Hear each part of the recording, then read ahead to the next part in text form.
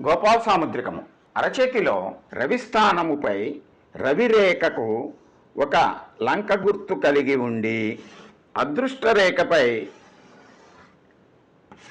Cross lines కలిగి ఉండి, శిరోరేఖ జీవిత రేఖను విడిచి ప్రారంభమయ్యి హృదయరేఖ శనిస్థానము వైపు తిరిగి ఉన్న ఇటువంటి సంక్లిష్టమైనటువంటి గుర్తు కలిగినటువంటి వ్యక్తులు విపరీత మనస్తత్వము, స్వార్థముతో జూదము, బెట్టింగులు, పందాలు, క్యాసినోలు వైపు తమ యొక్క జీవితాన్ని, తమ యొక్క ఆలోచనను పరుగులు పెట్టిస్తూ సంపదను, పలుకుబడిని కోల్పోయే ప్రమాదం కలిగి ఉందరు.